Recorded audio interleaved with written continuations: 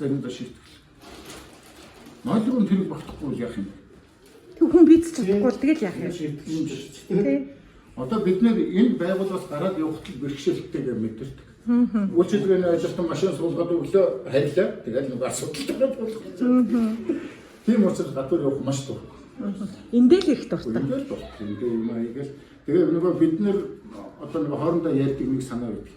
Гэхдээ бид нарыг одоо энэ аль нэг албан байгууллагууд тийм хэдэн хүн ажиллах ёстой гэж ингэж байна шүү дээ. Хөгжлийн бэрхшээлтэй хүмүүсийг. Гэхдээ энэ зөв санаа, ажилтай байлгана гэдэг их зөв санаа. Энэ хөгжлийн бэрхшээлтэй хүн тэнд очиод юу мэдэрдэг юм бэ гэдэг тэр мэдрэмжийг л мэдээсэй л гэж үсэж байна. Бэрхшээлийг л мэдрүүлдэггүй байвал өнөөдөр зөв нийгэм цамцлаач байна. Тэр байгууллагад очиод ажилласан хүн орчныг сайжруулад өгсөн ч гэсэн тэр үнэлгээний юуг нь хийгээд өгсөн ч гэсэн бусад хүмүүсээс дандаа тэр мэдрэмжийг аваад байдаг байхгүй. Маш хэцүү. Яагаад ингээд ажил хийж байгаа ингээд бүтээл гаргаж байгаа ийм хүмүүс одоо энэ ажлын байрыг бий болгоод ингээд явхад бидний ажлын байрыг одоо энэ ахуй үйлчилгээний гэдэг байсан шүү дээ. Тэр ихээр ярих гэдэг. Одоо бол ингээд нэгдсэн ийм одоо ийм бүтээмжтэй ийм ажлын байр бий болгочоод энэ бүлгүүд ингээд тэр дотроо ажиллаад одоо жишээлбэл энэ дээр чинь оёдлох хэрэгэд бид нарт будгандаа туслаад өгч болчихно. Манай бүлгээс. Одоо энэ зургийн дугуулын хүмүүстд туслаад өгч болчихно. Яг үнэ. Одоо энэ эсгийн урдлынхан дээр бид нар тэр лого тэмдгийг хийгээд өгч болчихно. Оёдлынхан дээр лого тэмдгийг хийгээд өгч болчихно. Бид нэр ингээд кластер маягаар хөгжиж явах боломж байгаа байхгүй юу? Тэгээд бид нар дээр ягаад эрүүл хүн орж ирээд ажиллахгүй гэж. Тийм. Эсрэгээр ирэж болно гэж. Тийм. Та нар сургаж болно шүү. Тийм. Бид нар одоо энэ ширээн дугуй юм онгочод авч чадахгүй шүү. Биднэрт нэг эрүүл хүн энд очиж байвал аваад өгнө шүү. Тийм. Ингэвэл бид нар цаашаа хөгжих боломж байна. Яг үнэ. Хамтдаа их орноо хөгжүүлэх. Тийм. Энэ одоо энэ хүчлийн бэрхшээлтэй хүнийг бид нар одоо нөгөө нэг зүгээр л нэг хоол идэл мөнгө халамж авдаг. Энэ бас энэ маш буруу. Би тэр бодлыг өөрчлөх гэж манай бүлэгч дээр явж байгаа. Би нэг хашаанд ногоо тариад бүтэн жилийнхээ хэрэглээг хангадаг үр хөвгддөг. Тэрийг одоо сайн жишээ болох гэж хүртлээ тэнд аваач тавил. Үгүй энэ тэрэгэн цэртэй хүн юу хийж чаддаг? Яаж муутай? Яг ногоо тарьдаг. Бидний өглөө 15 жил можны ажил хийж шүү. Тэгээд дээр суугаад 17 жил болж байна. Тэгээд 15 жил можны ажил хийлээ. Энэ над бэрхшээл биш. Тэгээд тэр орн аваад явах.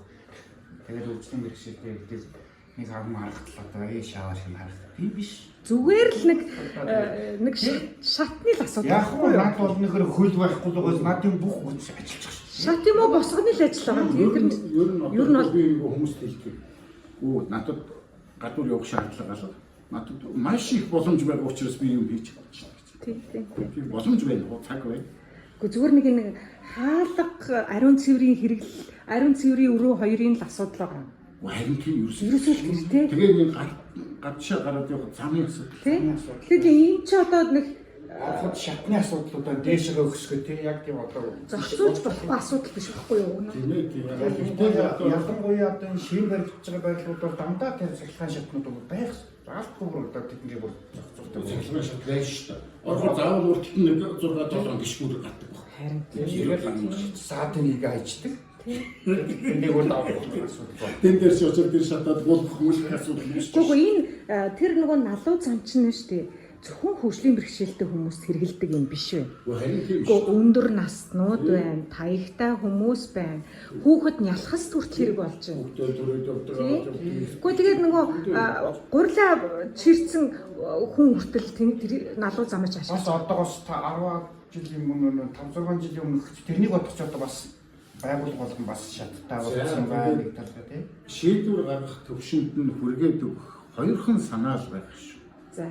Хөгжлийн бэрхшээлтэй хүмүүсийн хөдөлмөр эрхэлж байгаа хүмүүсийг бүлэг болгоод кластер маягаар хөгжүүлээд хүртээмжтэй ажлын байрыг л бариад өгөөч гэж л хүсэх.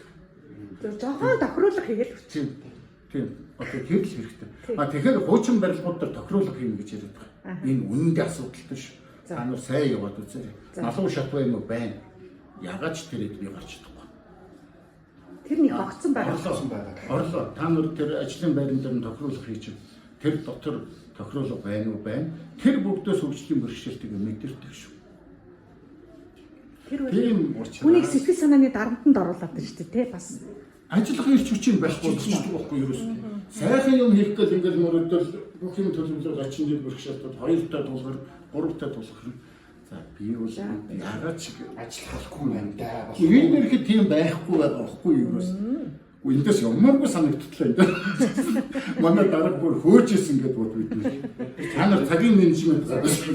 Цагийн менежментгүй ажиллаад цагийн менежмент бол болохгүй ингэж болохгүй бид нар юм биш. Ийм сайхан орчин. тийм байна.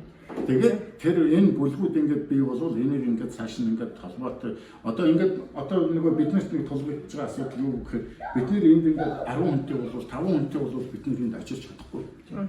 Ахад тэгээд бид нэрийг өөр ажлын байр бий болгоод гаргана шүү дээ. Тэнд очиход яах вэ? Ямар одоо ерөөсөө бүлгийн асуудал чинь тулгуурна гэдэг тийм эргэлзсэн байна. За энд би ёстой ажиллах хэцүү.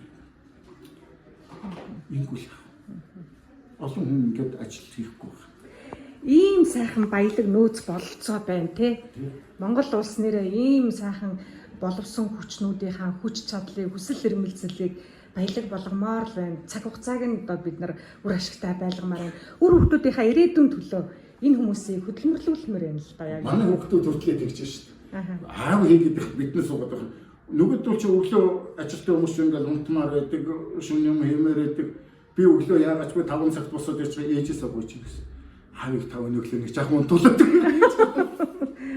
Тэг хүүхдүүдээ би тийм ийм гэж ерөөсөө шахдаггүй. Тэгсэн хэрнээ намайг хараад зүгээр сууч. Яг гоо. Нөгөө дагуулын дуурайн, давхан дуурайн гэдэг чинь энэ өөрсдөө дуурайн уламжлалт үйлдэлээр харуулаа явчихж байгаа байхгүй. Энэ нөгөө уламжлалт хүмүүжүүлэх сурах арга барил энэ байхгүй. Дагуулын дуурайн. Яг гоо. Тэгэхээр бид нарыг одоо хараад би одоо эднэр ярьдгийн би бол дарга март гэж. Бид нар бол эмчлэгч.